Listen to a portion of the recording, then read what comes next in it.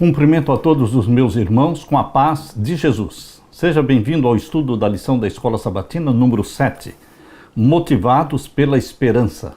Antes de começar, vamos orar. Pai querido que estás nos céus, na tua presença estamos buscando a bênção, buscando o Espírito Santo para que nos ilumine, nos ajude a compreender a tua profecia. Derrama sobre nós o Espírito Santo. Dá-nos esta compreensão que precisamos para pregar, para viver, para preparar um povo para a tua volta.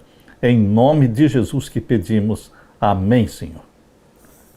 Motivados pela esperança, o verso áureo, naquele dia se dirá: eis que este é o nosso Deus em quem esperávamos, e ele nos salvará.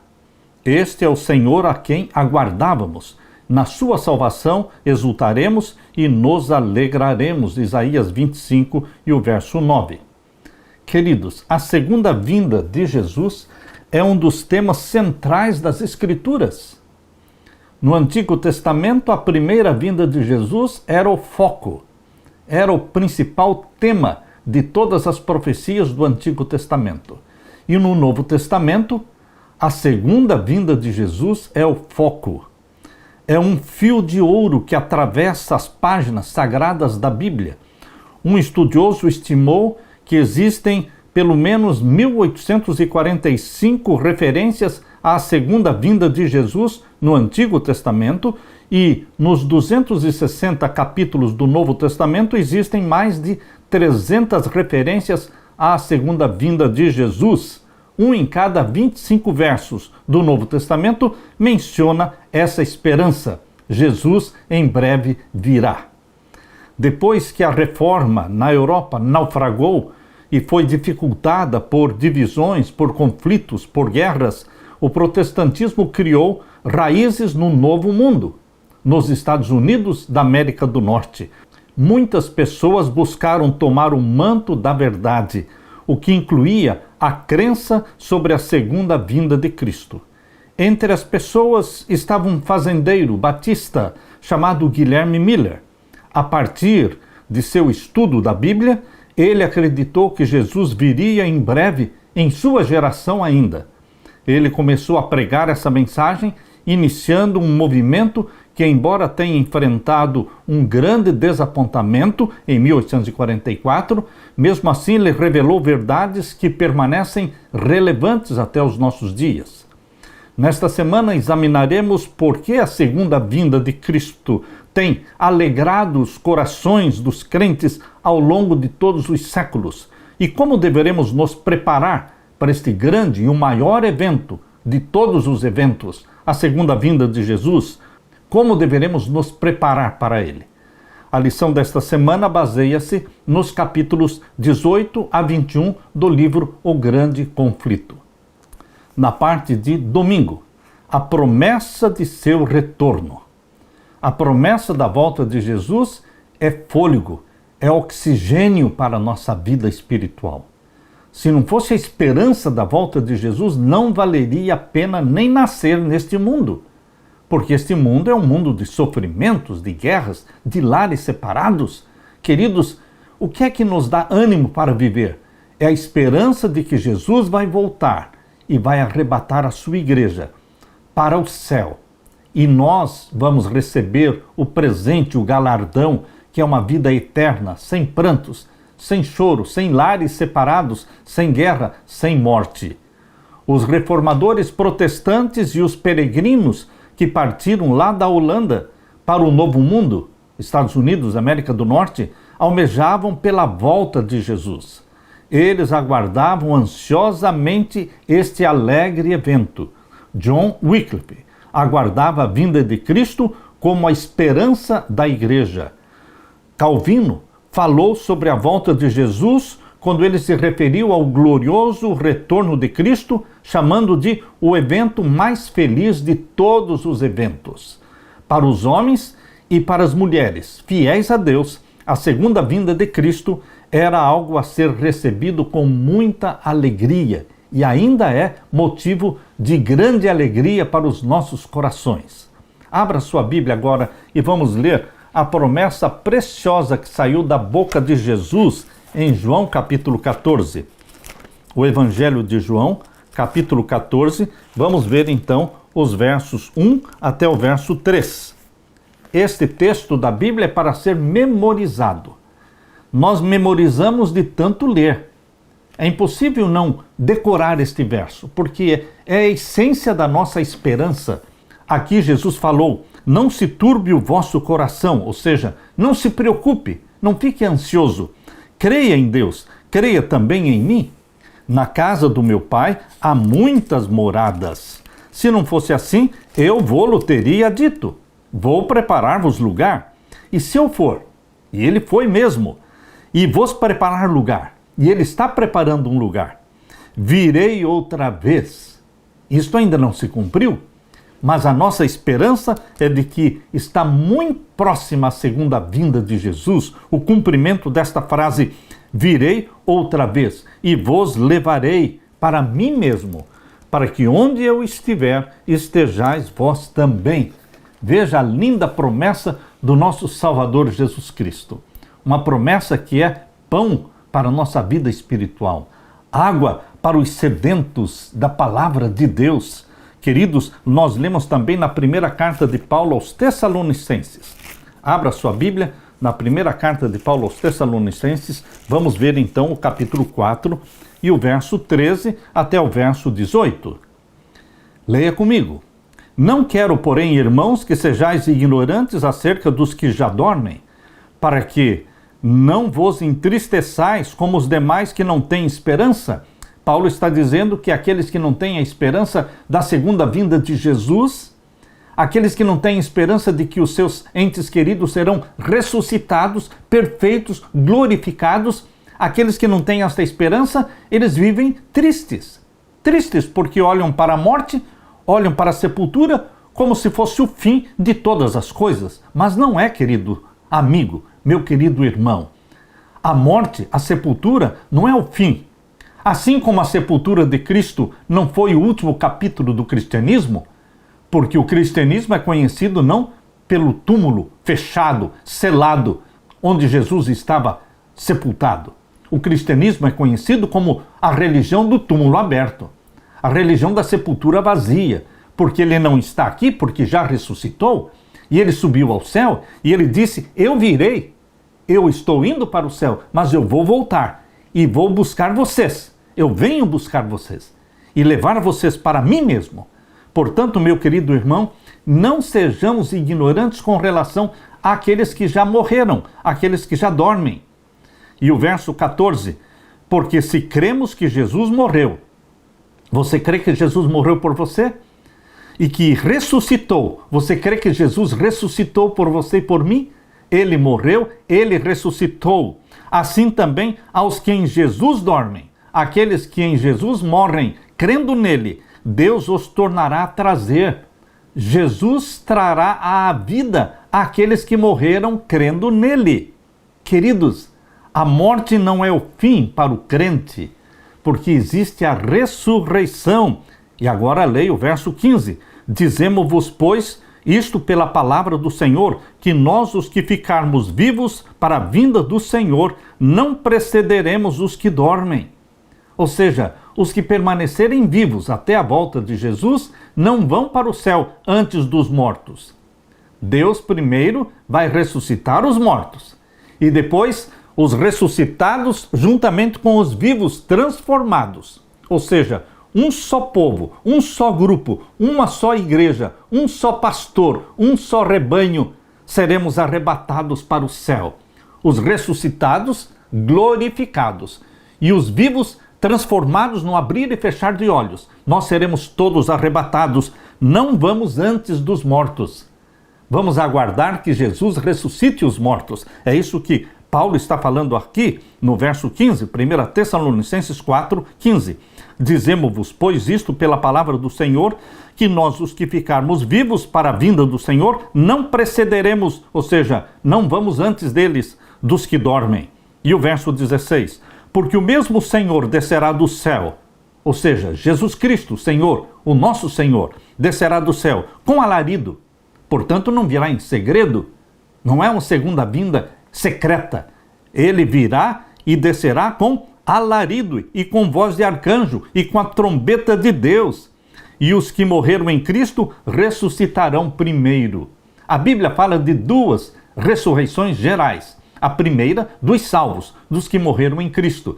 E isto será na segunda vinda de Jesus, exatamente no início dos 1000 anos de Apocalipse 20. No início dos 1000 anos de Apocalipse 20, ocorre a segunda vinda de Jesus e a primeira ressurreição dos salvos, daqueles que serão arrebatados. Por isso são chamados de bem-aventurados, porque o mesmo Senhor descerá do céu com alarido e com voz de arcanjo e com a trombeta de Deus, e os que morreram em Cristo ressuscitarão primeiro. E os que estiverem vivos na segunda vinda de Jesus, eles serão transformados no abrir e fechar de olhos. Isso é o apóstolo Paulo que explica na primeira carta aos Coríntios, capítulo 15, versos 51 a 53. Ali diz que no abrir e fechar de olhos, os vivos serão transformados de mortais para imortais, de corruptos para incorruptos. Seremos glorificados. E agora leia comigo 1 Tessalonicenses 4,17. Depois nós, os que ficarmos vivos, seremos arrebatados juntamente com eles nas nuvens. Entendendo o que Paulo está falando, depois nós, os vivos. O verso 16 termina falando da ressurreição dos que morreram em Cristo, dos salvos. E então fala, depois da ressurreição dos salvos em Cristo, não é? Depois nós, os que ficarmos vivos, seremos arrebatados juntamente com eles nas nuvens. Um só rebanho, um só pastor, arrebatados juntos. Mortos ressuscitados e vivos transformados, seremos arrebatados juntamente com eles nas nuvens, a encontrar o Senhor nos ares. E assim estaremos sempre com o Senhor. Nunca mais vamos nos separar de Jesus. Verso 18. Portanto, consolai-vos uns aos outros com estas palavras. Estas palavras realmente nos confortam, nos consolam. Agora eu quero ler com você também o que está em Tito. Tito, capítulo 2, e os versos 11 a 14. Abra sua Bíblia, Tito, capítulo 2, e os versos 11 a 14. Porque a graça de Deus se há manifestado, trazendo salvação a todos os homens, ensinando-nos que, renunciando à impiedade e às concupiscências mundanas, vivamos, neste presente século, sóbria e justa e piamente, aguardando, veja aqui o verso 13, aguardando a bem-aventurada esperança, a bendita esperança e o aparecimento da glória do grande Deus e nosso Senhor Jesus Cristo. Aqui Paulo está falando que a segunda vinda de Jesus é a bendita esperança, o aparecimento da glória do grande Deus e nosso Senhor Jesus Cristo. Jesus Cristo é Salvador, Jesus Cristo é Senhor, Jesus Cristo é Deus. Faz parte da divindade, Pai, Filho e Espírito Santo. E o verso 14, o qual se deu a si mesmo por nós para nos remir de toda iniquidade e purificar para si um povo seu, especial, zeloso de boas obras. É fácil, meu querido irmão, minha querida irmã, é fácil entender por que a crença na segunda vinda de Jesus traz tanta esperança, tanta alegria para os cristãos. Por quê? Obviamente, ela aponta para o fim do sofrimento e da morte. Não mais sofrimento. Inaugura o tempo de paz e de vida plena, vida eterna.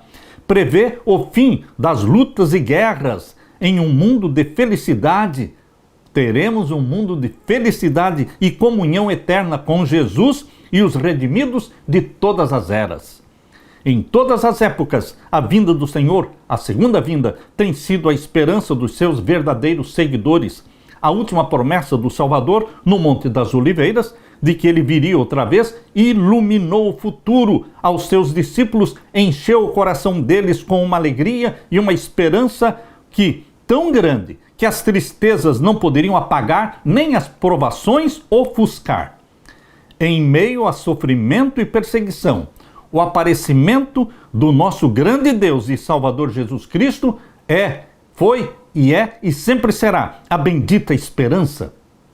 Quando os cristãos tessalonicenses estavam cheios de pesar ao sepultarem os seus entes queridos, que pensavam que estariam vivos para testemunhar a volta de Jesus, Paulo consolou os tessalonicenses dizendo, apontou-lhes a ressurreição que ocorreria por ocasião do segundo advento de Jesus. Então os mortos em Cristo ressurgirão e juntamente com os vivos serão arrebatados para encontrar o Senhor aonde? Nos ares.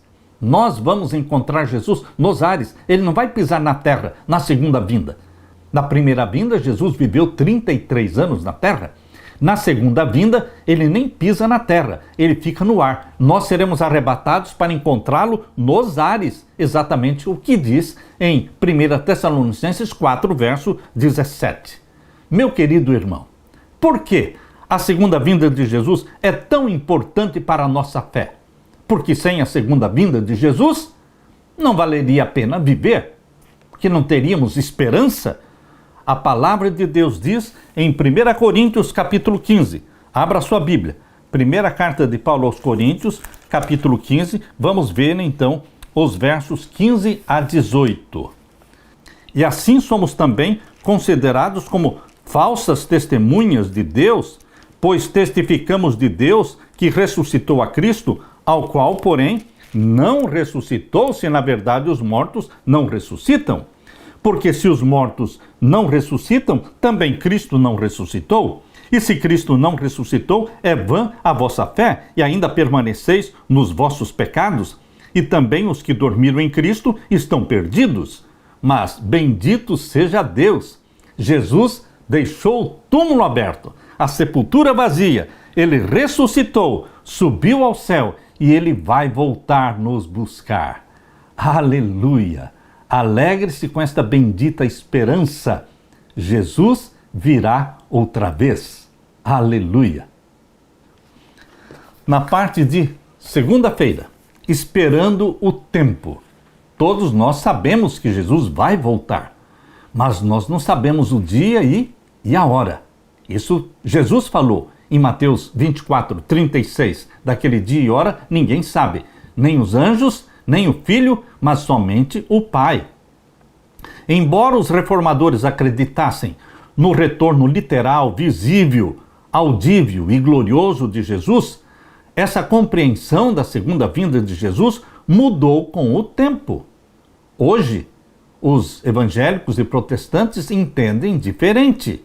Pregadores populares do século XIX e também do século XX e hoje do século XXI começaram a ensinar que Cristo viria para estabelecer o seu reino aqui na terra, um reino de 1000 anos. Começaram a entender que os 1000 anos de Apocalipse 20 seriam um reino terrestre de Cristo aqui na terra, com o seu povo. Queridos, mas a Bíblia diz claramente que Jesus vai arrebatar o seu povo. Nós vamos encontrar Jesus nos ares. Nós vamos reinar com Cristo 1000 anos no céu e não na terra. Na terra nós vamos viver eternamente com Cristo depois dos 1000 anos no céu. Porque Apocalipse 21, verso 1, verso 2, diz claramente que a Nova Jerusalém, a cidade santa, no final dos 1000 anos, vai descer do céu. Apocalipse 21, verso 1 e verso 2. João diz, vi a santa cidade, a Nova Jerusalém, descendo do céu, preparada como uma noiva se prepara para o seu marido. E João ouviu uma voz dizendo, eis aí o tabernáculo de Deus com o seu povo. Ou seja, a Nova Jerusalém vai descer do céu no final dos 1000 anos. E nós vamos viver eternamente na nova terra. Mas os 1000 anos de Apocalipse 20, nós vamos passar no céu. Apocalipse capítulo 20, abra sua Bíblia. Apocalipse capítulo 20, vamos ver então o verso 6. Apocalipse capítulo 20, o verso 6. Bem-aventurado e santo aquele que tem parte na primeira ressurreição, ou seja, a ressurreição dos salvos. Sobre estes não tem poder a segunda morte, mas serão sacerdotes de Deus e de Cristo e reinarão com ele 1000 anos. Reinarão com ele aonde? No céu. porque só no final dos 1000 anos a Nova Jerusalém vai descer do céu. Isso está claro aqui em Apocalipse 21, verso 1 e 2. E vi um novo céu e uma nova terra, porque já o primeiro céu e a primeira terra passaram e o mar já não existe. Verso 2. E eu, João, vi a santa cidade, a Nova Jerusalém, que de Deus descia do céu, adereçada como uma esposa ataviada para o seu marido. E então, verso 3, e ouvi uma grande voz do céu que dizia, eis aqui o tabernáculo de Deus com os homens, pois com eles habitará, e eles serão o seu povo, e o mesmo Deus estará com eles, e será o seu Deus. Quando? No final dos 1000 anos. Até o final dos 1000 anos, a Nova Jerusalém permanece no céu, onde está o trono de Deus, mas no final dos 1000 anos ela desce para a terra, e o povo de Deus que viveu 1000 anos no céu com Cristo, desce também com Jesus Cristo, com todos os anjos, descem para a terra. Então acontecerá a segunda ressurreição, a ressurreição dos ímpios. A ressurreição dos ímpios só acontece no final dos 1000 anos, capítulo 20 e o verso 5. Apocalipse 20, verso 5. Mas os outros mortos não reviveram até que os 1000 anos se acabaram. Os outros mortos que não ressuscitaram na primeira ressurreição, no começo dos 1000 anos, na segunda vinda de Jesus, ressuscitarão no final dos 1000 anos. Mas os outros mortos não reviveram até que os 1000 anos se acabaram. Os ímpios ressuscitam no final dos 1000 anos. Para quê? Para serem, mais uma vez, conduzidos por Satanás e cercarem a cidade santa que desceu do céu. E ao cercarem a cidade santa que desceu do céu, vai descer fogo do céu e vai queimar Satanás e todos os ímpios, exatamente como diz Apocalipse 20 e o verso 9. Aqui diz, mas desceu fogo do céu e os devorou. Meu querido irmão, esta é a promessa de Deus. Quando Cristo veio pela primeira vez como um bebê na manjedoura de Belém, poucos discerniram a sua vinda. Poucas pessoas perceberam o nascimento do Messias. Mas quando ele vier pela segunda vez, todo olho o verá. Apocalipse 1:7. Abra sua Bíblia, Apocalipse 1:7. A diferença entre a primeira vinda de Cristo e a segunda. Quando ele veio a primeira vez, pouquíssimas pessoas ficaram sabendo. A Bíblia fala dos pastores de Belém, os pastores que apacentavam suas ovelhas no campo de Belém, foram avisados do nascimento de Jesus, Simeão e Ana, os magos do Oriente, pouquíssimas pessoas. Mas na segunda vinda de Jesus, todo olho o verá, olhos de amor e olhos de ódio também. Aqueles que almejam ver Jesus voltando, o verão. E aqueles que detestam Jesus também terão que ver Jesus vindo nas nuvens do céu com poder e grande glória. Leia comigo Apocalipse 1:7. Eis que vem com as nuvens e todo olho o verá, até os mesmos que o traspassaram, e todas as tribos da terra. Quantas? Todas as tribos da terra se lamentarão sobre ele, sim. Amém. Abrindo também a Bíblia, aqui em Mateus capítulo 24. Mateus capítulo 24. Abra sua Bíblia e vamos ler o verso 27 até o verso 30. Mateus capítulo 24 e o verso 27 até o verso 30. Porque assim como o relâmpago sai do Oriente e se mostra até ao Ocidente, assim também será a vinda do Filho do Homem. Assim como todos veem o relâmpago que cruza o céu, também todos verão a volta de Jesus. Verso 29. E logo depois da aflição daqueles dias, o sol escurecerá, a lua não dará sua luz, e as estrelas cairão do céu, e as potências dos céus serão abaladas.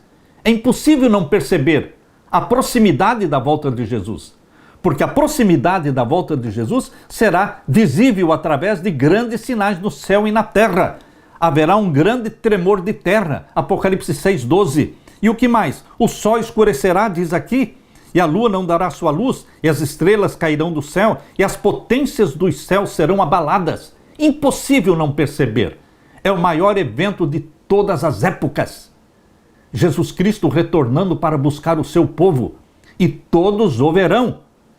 Quem ama e quem não ama, justos e ímpios, todos verão Cristo descendo do céu com poder e grande glória. Não é uma volta em segredo, não é uma volta secreta. Aqui diz Verso 30. Então aparecerá no céu o sinal do Filho do Homem, e todas as tribos da terra se lamentarão. Quantas tribos? Todas as tribos da terra se lamentarão e verão o Filho do Homem vindo sobre as nuvens do céu com poder e grande glória. E ele não vem sozinho? Verso 31. E ele enviará os seus anjos com rijo clamor de trombeta, os quais ajuntarão os seus escolhidos desde os quatro ventos de uma outra extremidade dos céus. Aleluia! Aleluia! A volta de Jesus será visível a todos os olhos. Olhos dos salvos, olhos dos ímpios, todos contemplarão a volta de Jesus. E aqui diz também em Atos capítulo 1, abra sua Bíblia, Atos capítulo 1, versos 9 a 11. Jesus falando da sua segunda vinda, quando ele estava subindo para o céu. Veja, aqui em Atos capítulo 1, relata que Jesus foi ao Monte das Oliveiras com os discípulos e dali ele ascendeu para o céu. Mas quando ele estava ascendendo ao céu, veja o que foi relatado aqui em Atos 1, versos 9 a 11. E quando dizia isto, vendo-o eles, os discípulos vendo Jesus, foi elevado às alturas, e uma nuvem o recebeu, ocultando-o a seus olhos. E estando com os olhos fitos no céu, enquanto Jesus subia, eis que junto deles se puseram dois varões vestidos de branco, dois anjos, os quais lhes disseram: varões galileus, por que estáis olhando para o céu? Esse Jesus que dentre vós foi recebido em cima no céu, há de vir, assim como para o céu o vistes ir. Ele subiu de forma corpórea, literal e visível. Ele voltará de forma corpórea, literal e visível. Todo olho o verá. 1 Tessalonicenses capítulo 5, verso 3, 4 e 5. Pois que quando disserem a paz e segurança, então lhes sobrevirá repentina destruição, como as dores de parto àquela que está grávida, e de modo nenhum escaparão. Mas vós, irmãos, já não estáis em trevas, para que aquele dia vos surpreenda como ladrão. A volta de Jesus é comparada à vinda de um ladrão. O ladrão pega as pessoas de surpresa, e os ímpios vão ser pegos de surpresa, mas não o povo de Deus que está contando os dias em contagem regressiva, esperando a volta de Jesus, acompanhando os sinais escatológicos se cumprindo. Por isso diz Paulo, 1 Tessalonicenses 5, verso 4, mas vós, irmãos, já não estáis em trevas, na ignorância, para que aquele dia vos surpreenda como um ladrão. Ao povo de Deus, aos santos do Altíssimo, a volta de Jesus não é como a vinda do ladrão.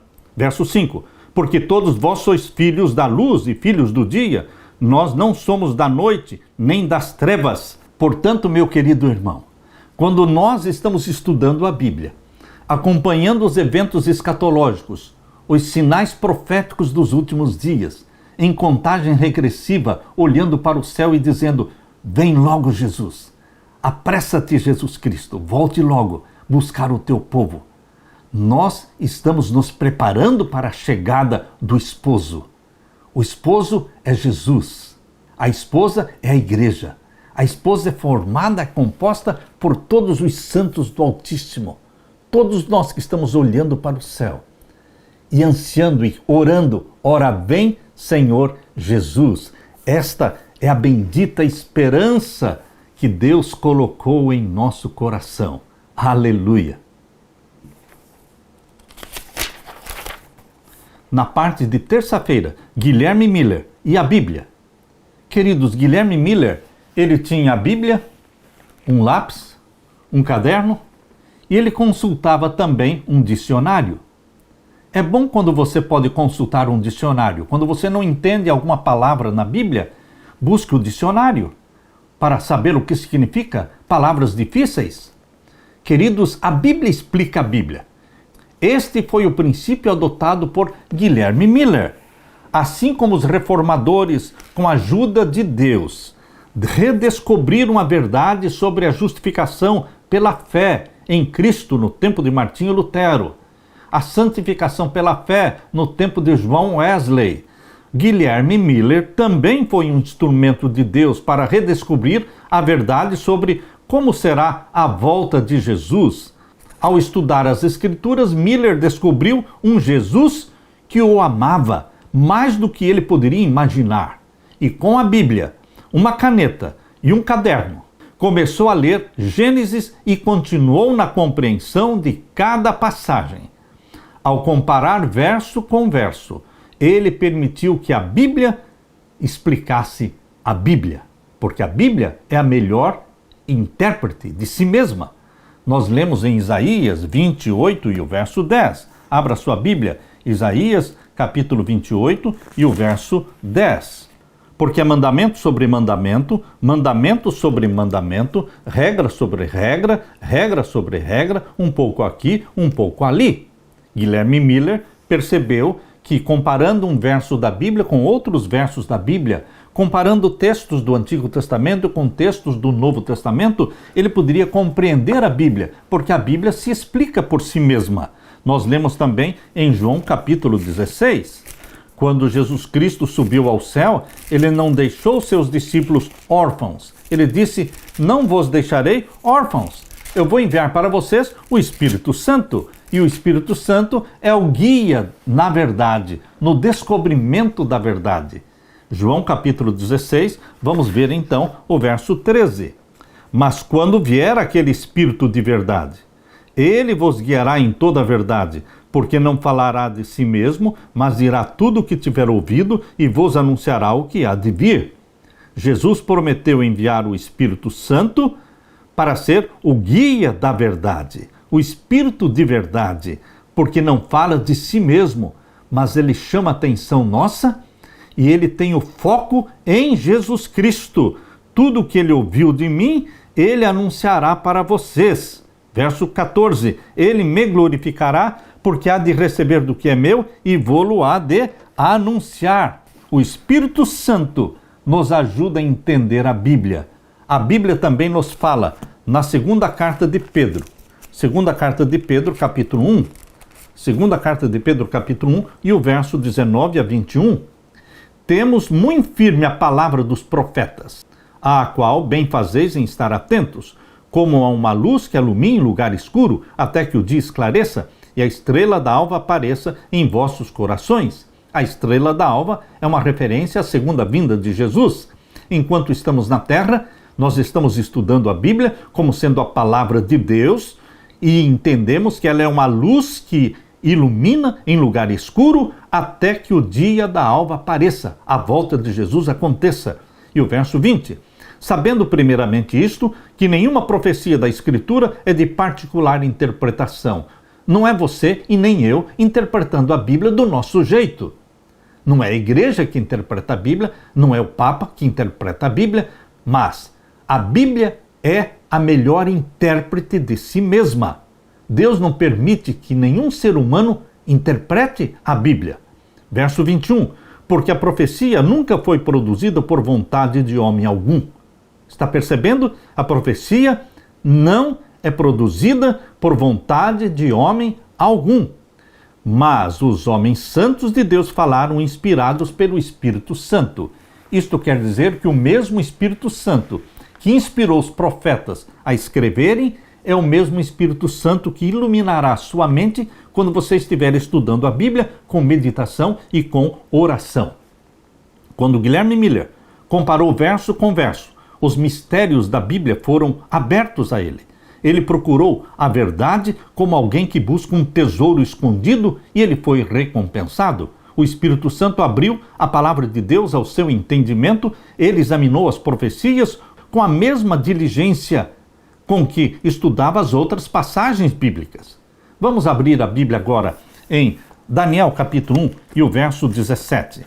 Daniel capítulo 1, verso 17, diz que Deus deu conhecimento, entendimento, discernimento para Daniel e os seus companheiros. E o mesmo Deus de Daniel está disposto a dar para você conhecimento e discernimento para compreender as verdades bíblicas. Leia comigo Daniel 1,17. Ora, a estes 4 mancebos, os 4 jovens hebreus em Babilônia, Deus deu o conhecimento e a inteligência em todas as letras e sabedoria, mas a Daniel deu entendimento em toda a visão e sonhos. É Deus que dá o entendimento. Se você encontra alguma passagem difícil de entender, é Deus que vai ajudá-lo. É Jesus que vai derramar o Espírito Santo sobre você e abrir a sua mente, abrir os nossos olhos, para que entendamos as partes difíceis da Bíblia. Ainda em Daniel capítulo 2, vamos ver agora o verso 45. Da maneira como viste que do monte foi cortada uma pedra sem mãos, e ela esmiuçou o ferro, o cobre, o barro, a prata, o ouro, o Deus grande fez saber ao rei o que há de ser depois disto, e certo é o sonho e fiel a sua interpretação. Foi Deus que deu a Daniel entendimento para explicar a profecia da estátua de ouro, cabeça de ouro, peito e braços de prata, o quadril de bronze e as pernas de ferro, e os pés em parte de ferro, em parte de barro, e a pedra que foi lançada sem mão, destruindo a estátua. Foi Deus que deu o entendimento para Daniel explicar este sonho para o rei Nabucodonosor. Por isso aqui no verso 45, Daniel está dizendo, o Deus grande fez saber ao rei o que há de ser depois disto. Deus conhece o futuro. Deus conhece o fim desde o princípio. E as profecias nos revelam, abrem as cortinas do futuro para que saibamos o que vai acontecer nos próximos anos. Todos os acontecimentos escatológicos que antecedem, que precedem a segunda vinda de Jesus estão revelados nas profecias de Daniel e de Apocalipse. Agora abra a sua Bíblia em Apocalipse 1.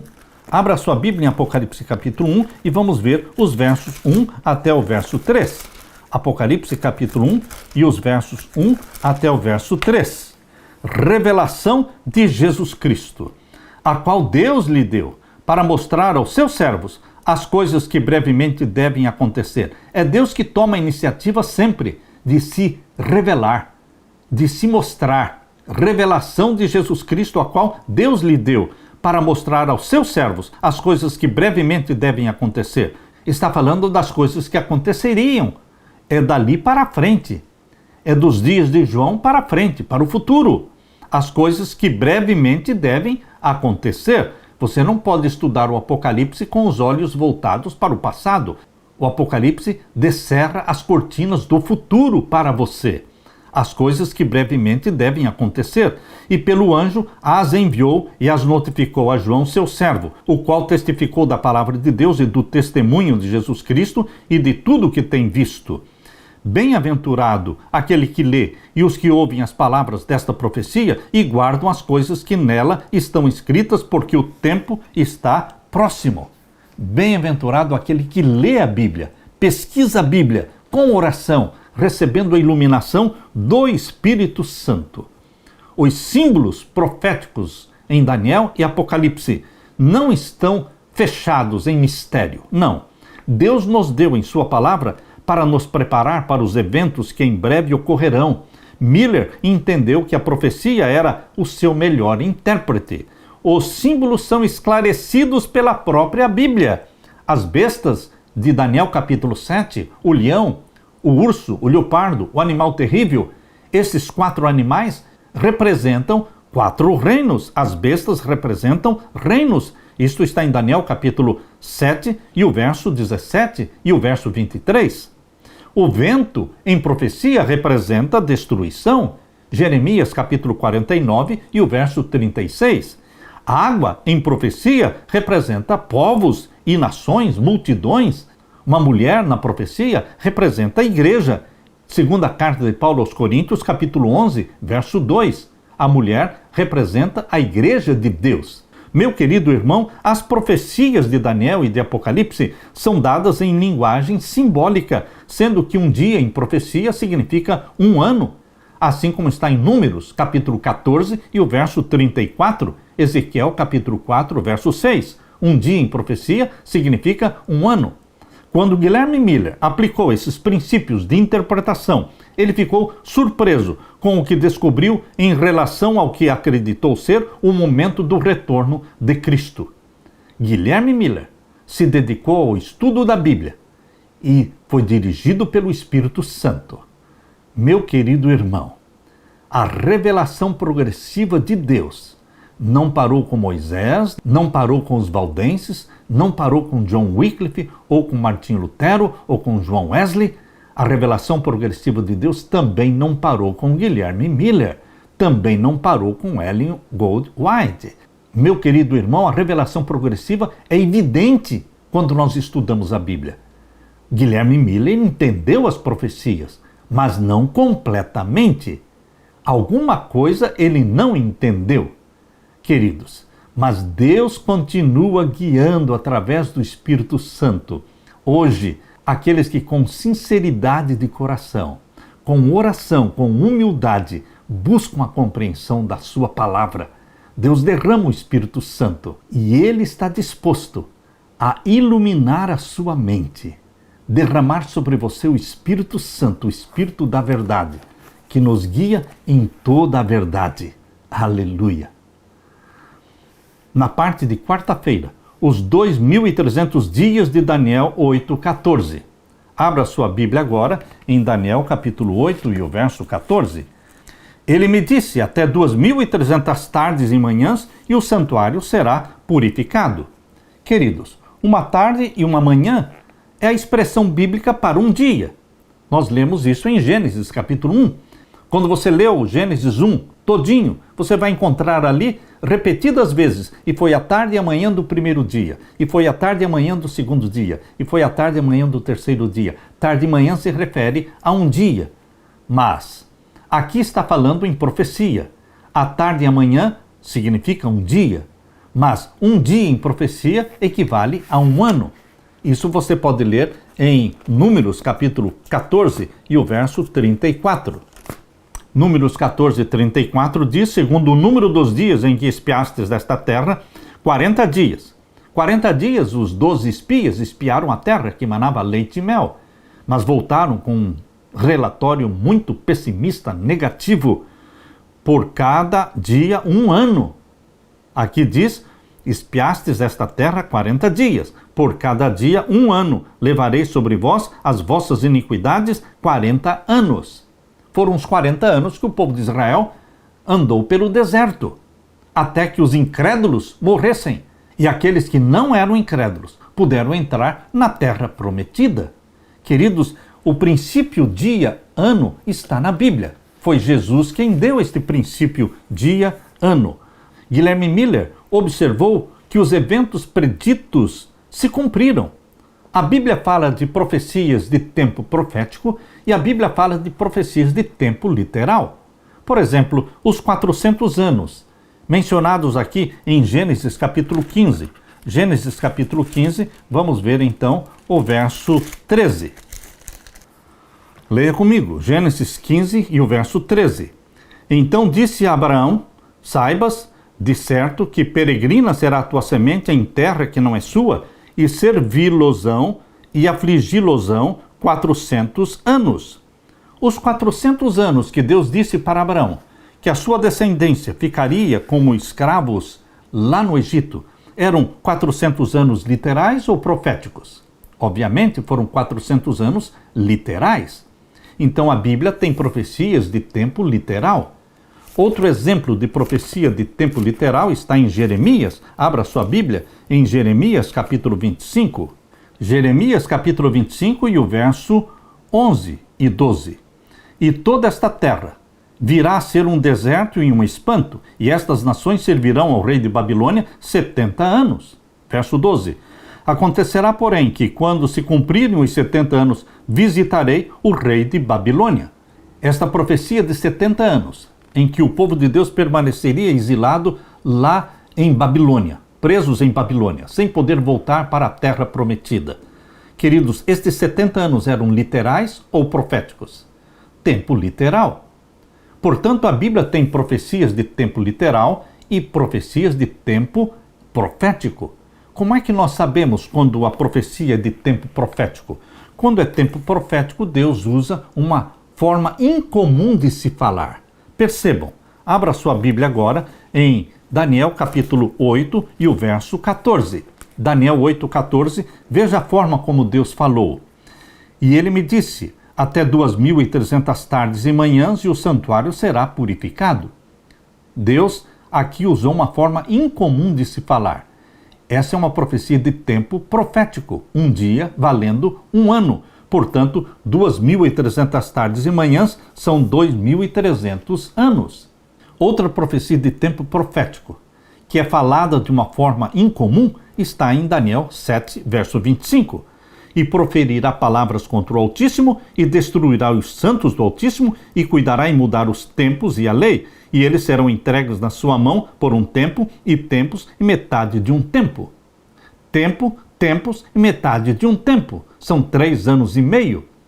3 anos e meio proféticos, que são 1260 anos. Portanto, queridos, Guilherme Miller percebeu que na Bíblia existiam profecias de tempo literal, mas existiam também profecias de tempo profético. Quando nós lemos Marcos capítulo 1, verso 15, pegue a sua Bíblia e leia comigo. Marcos 1,15. Aqui diz, e dizendo, o tempo está cumprido, e o reino de Deus está próximo. Arrependei-vos e crede no Evangelho. Que tempo é este que a Bíblia diz aqui, o tempo está cumprido? Existia um tempo para a primeira vinda de Cristo? Será que existia um tempo para a primeira vinda de Cristo? Certamente que sim. Deus não faz as coisas de qualquer jeito, bagunçadamente, desorganizadamente. Não, Ele tem um tempo. Deus não se atrasa e Deus não se adianta. Jesus não nasceu em qualquer tempo. Jesus nasceu na plenitude dos tempos. É isso que Gálatas 4:4 menciona. Abra sua Bíblia em Gálatas 4 e o verso 4. Mas vindo a plenitude dos tempos, Deus enviou o seu Filho, nascido de mulher, nascido sob a lei. Jesus não nasceu nem antes e nem depois do tempo. Ele nasceu no tempo certo. A Bíblia chama de plenitude dos tempos. Então, meu querido irmão, quando a Bíblia diz que cumprido o tempo, é porque existia um tempo profético no calendário de Deus, que apontava para o nascimento do Filho de Deus na terra, como nosso Salvador. Ao estudar as profecias, Guilherme Miller começou a comparar verso com verso, e ele concluiu que se Deus tinha um calendário profético que apontava para a primeira vinda de Jesus, certamente Deus também tem um calendário que aponta para a segunda vinda de Jesus. Meu querido irmão, a primeira vinda de Jesus, ela está repleta de profecias no Antigo Testamento. Dezenas e dezenas de textos do Antigo Testamento apontam para a primeira vinda de Jesus. Por isso, quando Guilherme Miller estudou Daniel capítulo 8, a profecia de Daniel capítulo 8, e ele percebeu que aqui está falando de um tempo. É um tempo profético muito longo. É um tempo profético de 2.300 anos, porque 2.300 tardes e manhãs são 2.300 anos. Queridos, por que Deus deu esta profecia de 2.300 anos? Qual é o evento que ocorreria no final destes 2.300 anos? Aqui diz, Daniel 8,14, e ele me disse até 2.300 tardes e manhãs, ou seja, até o final dos 2.300 anos, e o santuário será purificado. O santuário será purificado. Infelizmente, Guilherme Miller não entendia a doutrina do santuário.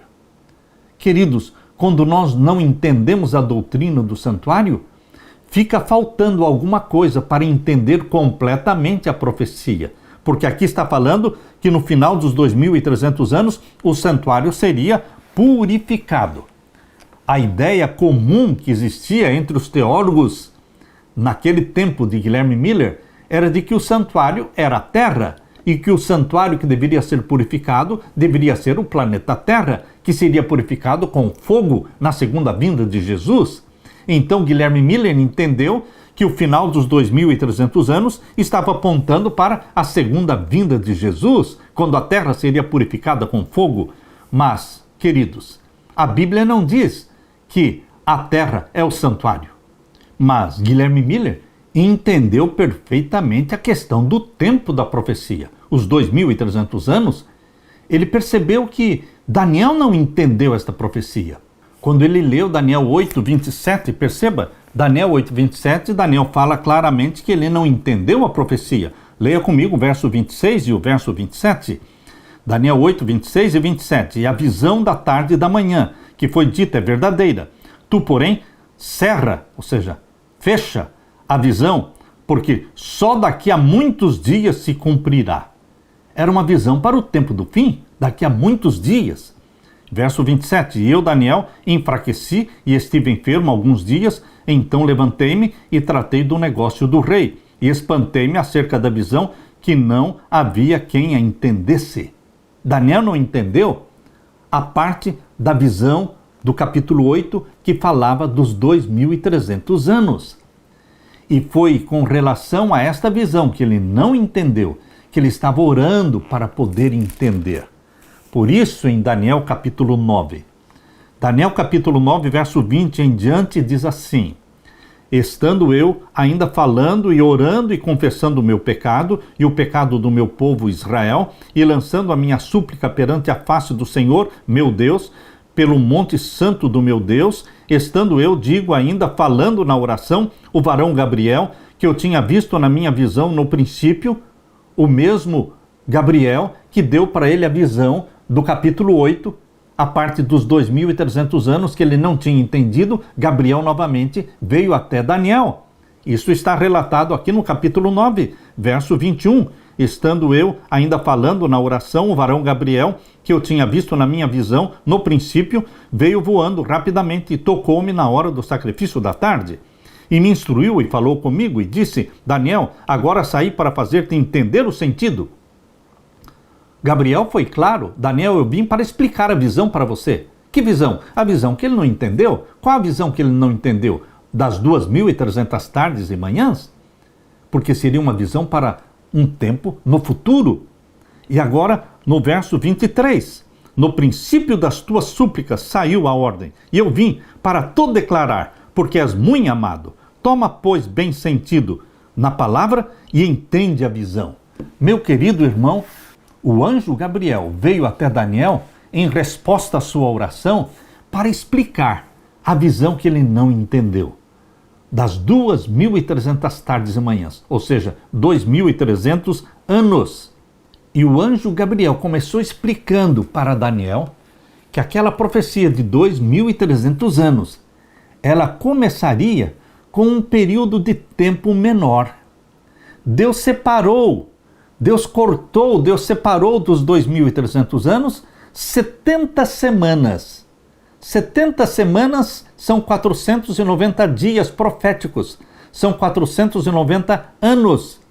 Deus separou os 490 anos iniciais daqueles 2.300 anos. Os 490 anos iniciais foram separados para o povo de Israel, 70 semanas. Essa foi a explicação que o anjo Gabriel deu para Daniel. Aqui diz o verso 24: 70 semanas estão determinadas sobre o teu povo e sobre a tua santa cidade, para extinguir a transgressão e dar fim aos pecados, e para expiar a iniquidade, e trazer a justiça eterna, e selar a visão e a profecia, e para ungir o santo dos santos. 70 semanas estão separadas para o teu povo, Daniel. Meu querido irmão, o que nós temos aqui no capítulo 9, verso 24, é a explicação que o anjo deu, de que as 70 semanas é a porção de tempo pequena, cortada dos 2.300 anos. É a primeira porção da profecia. E o anjo explicou ainda no verso 25. Leia comigo Daniel 9, 25. Sabe e entende, desde a saída da ordem para restaurar e para edificar Jerusalém. Jerusalém estava destruída. Então o anjo deu o ponto de partida da visão.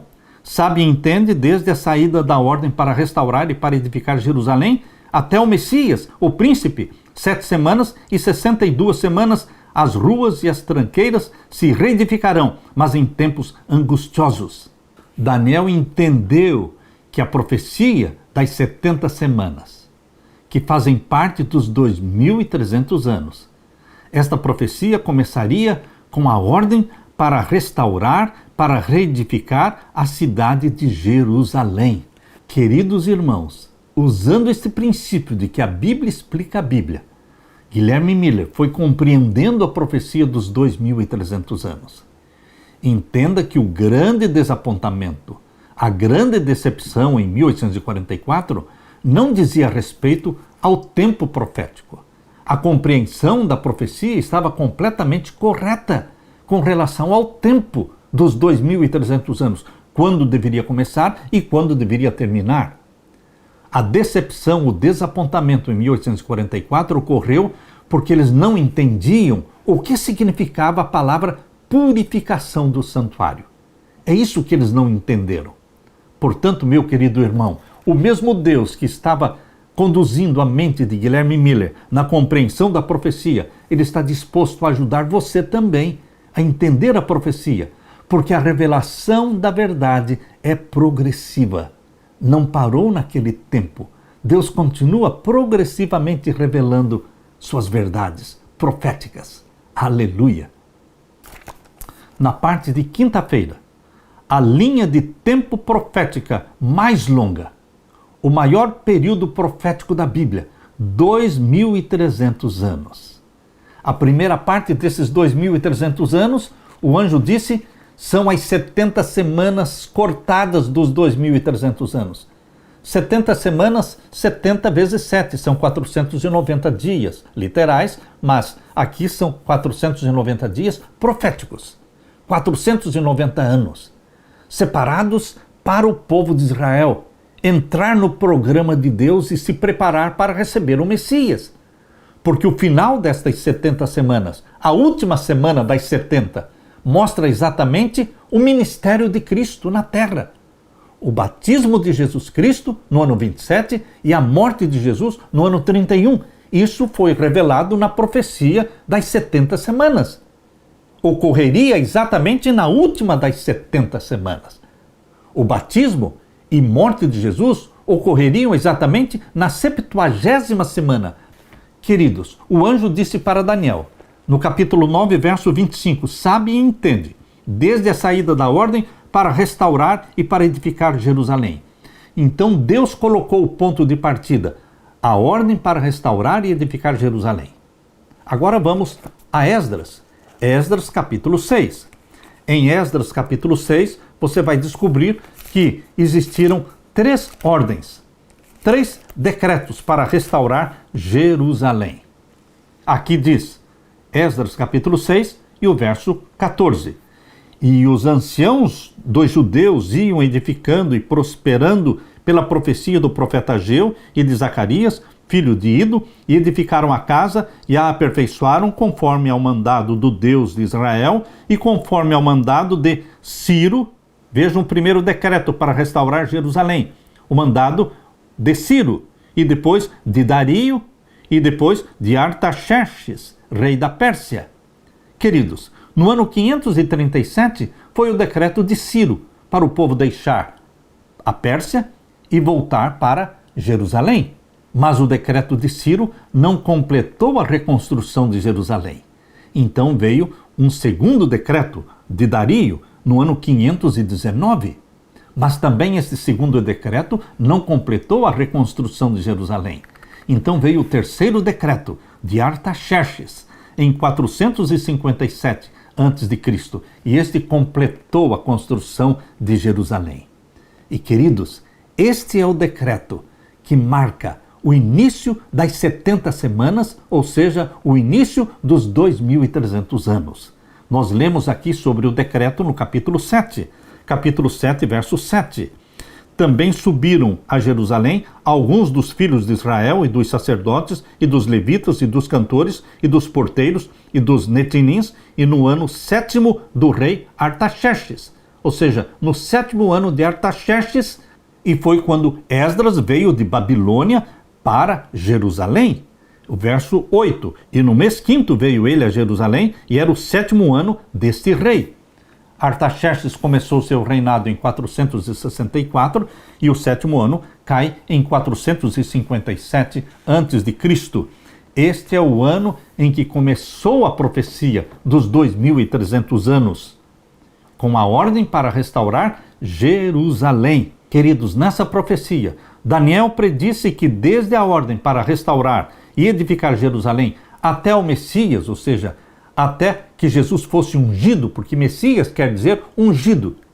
Até o Messias significa até a unção do Filho de Deus. O Filho de Deus foi ungido publicamente quando ele saiu das águas batismais. E a pomba desceu do céu, representando o Espírito Santo. E a voz do Pai foi ouvida, dizendo: Este é o meu Filho amado, em quem me comprazo. Queridos, isso ocorreu no ano 27, depois de Cristo. Então, nessa profecia, Daniel predisse que desde a ordem para restaurar e edificar Jerusalém até o Messias, ou seja, até o batismo de Jesus, seriam 69 semanas, 483 anos. Visto que o decreto foi emitido no outono de 457, os 483 anos vão se estender até o outono do ano 27 depois de Cristo. A palavra Messias, como dissemos, significa ungido. No outono do ano 27 depois de Cristo, ele foi batizado e recebeu a unção do Espírito Santo, quando o Espírito Santo, em forma de uma pomba corpórea, desceu até Jesus. Depois do batismo, Jesus foi levado para o deserto. Mateus capítulo 4, verso 1 diz que depois que ele foi batizado e foi ungido pelo Espírito Santo, ele foi conduzido para o deserto para ser tentado pelo diabo. Isso está em Mateus capítulo 4, verso 1. E ali ele permaneceu no deserto por 40 dias. Meu querido irmão, quando Jesus voltou do jejum de 40 dias, ele iniciou o seu ministério.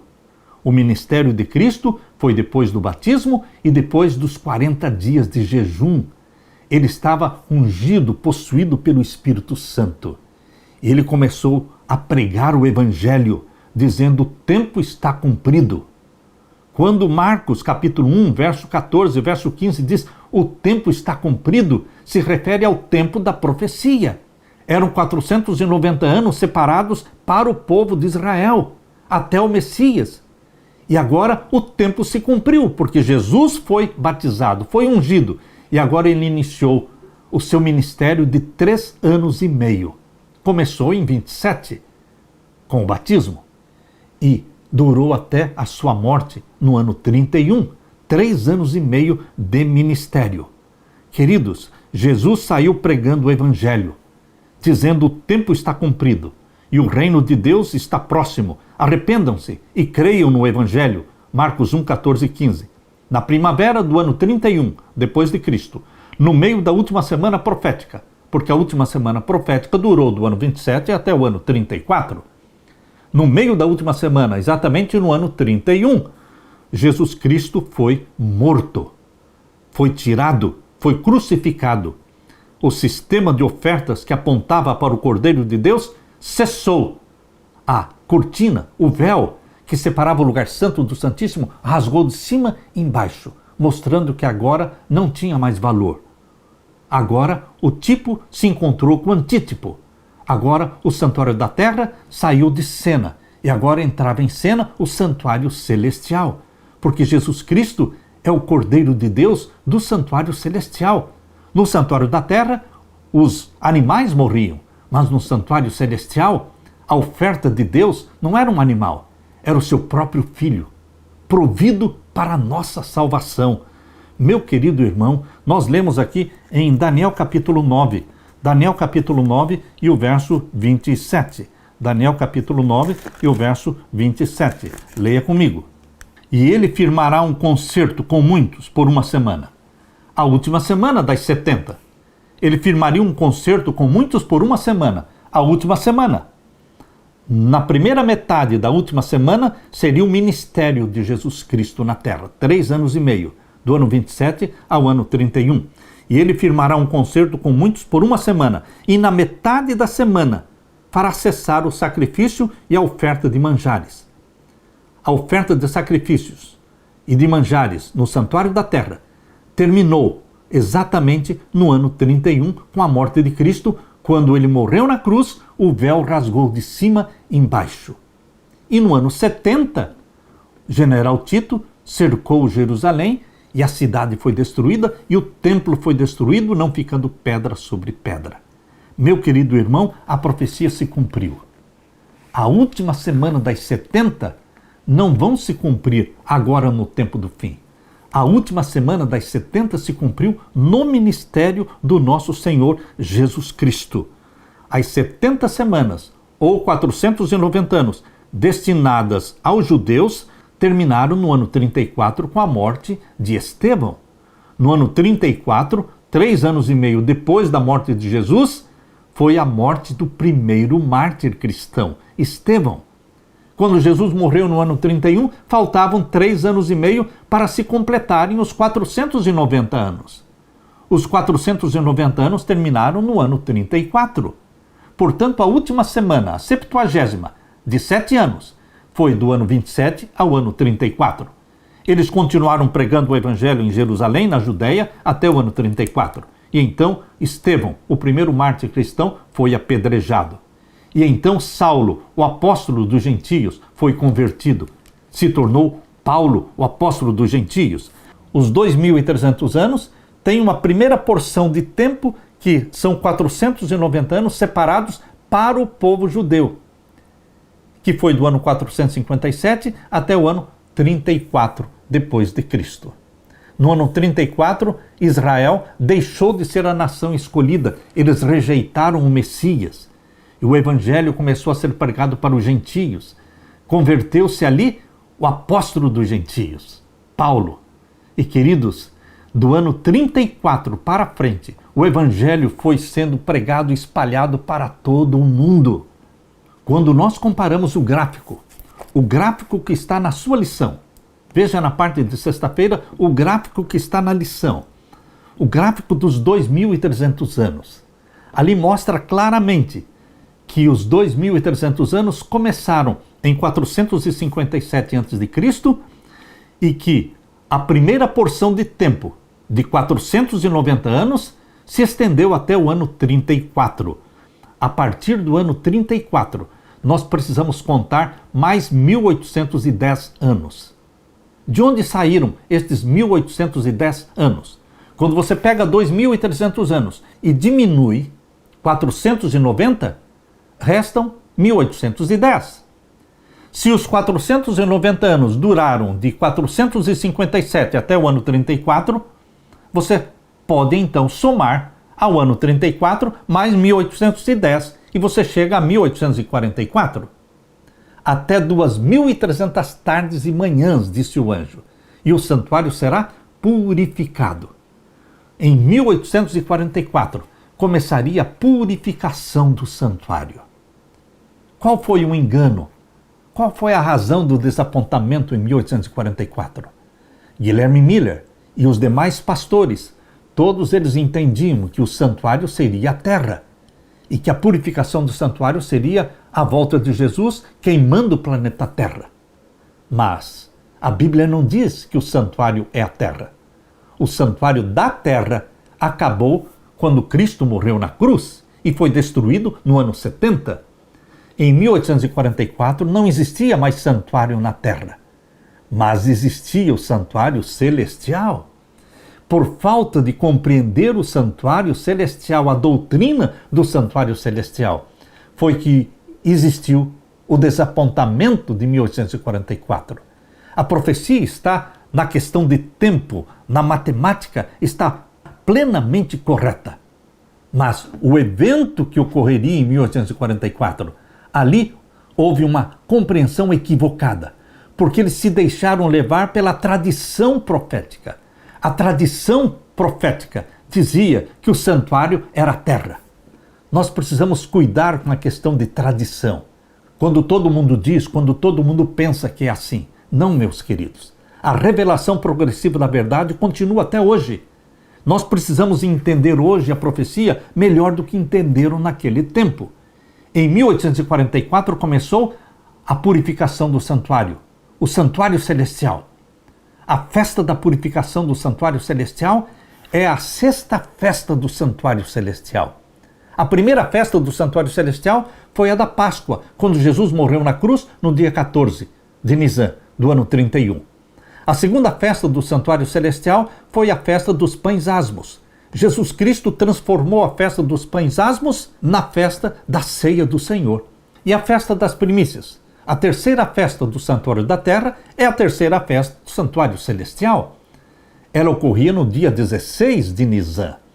E o que aconteceu no dia 16 de Nisan? Jesus ressuscitou. Ele morreu no dia 14, permaneceu o dia 15 todo no sepulcro, ressuscitou na manhã do primeiro dia, do dia 16. Portanto, a festa das primícias aponta para a ressurreição das primícias dos mortos. Quem são as primícias dos mortos? Jesus Cristo e todos os que ressuscitaram com Jesus. Mateus 27, versos 51 a 53. Meu querido irmão, a quarta festa no Santuário da Terra era o Pentecostes. E esta é a quarta festa do Santuário Celestial, que acontecia 50 dias após a festa das primícias. Jesus ressuscitou no dia 16 de Nisan, contando 50 dias, nós chegamos no dia do Pentecostes, a festa do Pentecostes. O que aconteceu 50 dias após a ressurreição de Jesus? Jesus foi entronizado no santuário celestial. Ele ungiu o santuário celestial e ele enviou o Espírito Santo, que foi derramado em forma de chuva temporã sobre a igreja que estava reunida e pedindo o batismo do Espírito Santo. E então vem a quinta festa. A quinta festa do Santuário da Terra era a festa das trombetas, o primeiro dia do 7º mês. E esta é a quinta festa do Santuário Celestial. Queridos, isto aconteceu por volta do ano de 1830. Eles advertiram o mundo do juízo que estava por vir. Eles entendiam que seria a volta de Jesus, mas não, seria o juízo celestial. Por quê? A festa das trombetas do Santuário da Terra consistia em 10 dias. Durante 10 dias as trombetas eram tocadas, preparando o povo para a chegada do dia do juízo, que era a festa da expiação, a sexta festa. A sexta festa, a festa da expiação, era antecedida por 10 dias em que as trombetas eram tocadas, preparando o povo para o dia do juízo, o dia da expiação, o dia 10 do 7º mês. Portanto, meus queridos, a pregação de Guilherme Miller e de todos os seus pastores pregadores prepararam o mundo para o dia do juízo, que começou em 1844. E, queridos, começou pelo juízo dos mortos. Os mortos começaram a ser julgados em 1844. Foi quando Jesus Cristo penetrou no Santíssimo do Santuário Celestial. Ele recebeu da mão do Pai o livro selado com 7 selos. Apocalipse 4 mostra a sala do juízo com o trono de Deus cercado por 24 outros tronos. Apocalipse 5 mostra o Pai assentado no trono segurando um livro selado com 7 selos, mas ninguém podia abrir o livro. Então o capítulo 5 de Apocalipse, verso 5, Deus diz para João: eis aí o leão da tribo de Judá, porque ele morreu e venceu para poder abrir o livro selado com 7 selos. Apocalipse 5, 7 mostra Jesus Cristo, o leão da tribo de Judá, entrando até o Pai no Santíssimo e pegando da mão do Pai o livro selado com 7 selos. E o capítulo 6, 7 e 8 mostra Jesus abrindo o livro selado com 7 selos. Os 7 selos mostram as 7 fases do selamento do povo de Deus. Os 7 selos mostram as 7 fases do selamento do povo de Deus. E, queridos, começou com o juízo dos mortos e vai passar para o juízo dos vivos quando a lei dominical for aprovada e o sinal da besta for mundialmente implantado no lugar do sinal de Deus. O sinal de Deus é o sábado, o 7º dia da semana. O sinal da besta é o 1º dia da semana. Todos terão que fazer uma decisão, ou a favor dos mandamentos de Deus, ou a favor dos mandamentos papais. Quem receberá o sinal de Deus e quem receberá o sinal da besta? Cada um terá que fazer uma escolha inteligente, consciente, mas o selamento e julgamento dos vivos não vai começar em segredo. Deus vai anunciar.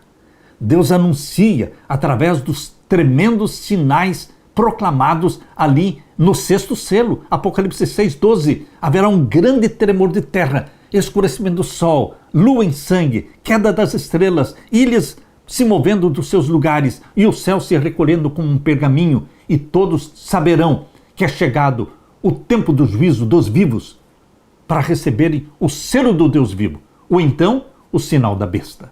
Nós estamos vivendo no período da 6ª festa do Santuário Celestial. E a sexta festa do santuário celestial só vai terminar com o julgamento dos vivos e o fechamento da porta da graça. O fechamento da porta da graça ocorre exatamente na abertura do sétimo selo, quando Jesus faz a última grande intercessão. Apocalipse 8, verso 3 e 4. Jesus faz a última grande intercessão e então enche o incensário de ouro com fogo do altar e o lança sobre a terra. Apocalipse 8, verso 5. E quando ele lança o incensário sobre a terra, ele diz: está feito. Quem está salvo, está salvo. E quem está perdido, está perdido. Então as trombetas começam a soar. Então as trombetas começam a tocar, trombeta após trombeta. Apocalipse 8, verso 6 em diante.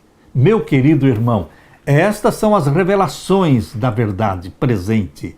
Deus revelará a verdade presente para estes dias, para ser proclamada no mundo todo, preparando o mundo para o juízo dos vivos, para receberem o selo do Deus vivo e não o sinal da besta. Bendito seja Deus, porque Ele incumbiu você, incumbiu a mim, de proclamarmos o alto clamor, que vai resultar numa conversão de multidões para Jesus Cristo. Aleluia e aleluia. Deus derrame sobre você o Espírito Santo, meu irmão, minha irmã. É o meu desejo, é a minha oração. Deixe-me orar com você. Pai querido que estás nos céus, obrigado pelas profecias tão claras, profundas, que o Espírito Santo revelou para os teus servos no passado e que o Espírito Santo continua revelando para os teus servos no presente. Todos nós somos teus servos. O Senhor não faz acepção de pessoas. Todo aquele que clama em oração, em humildade, receberá a iluminação do teu Espírito para entender, para viver e para pregar esta mensagem. Derrama o Espírito Santo sobre mim e os meus irmãos e volte logo, Jesus, nos buscar, pois em teu nome pedimos. Amém e amém. Fique, meu querido irmão, com a paz de Jesus. Amém.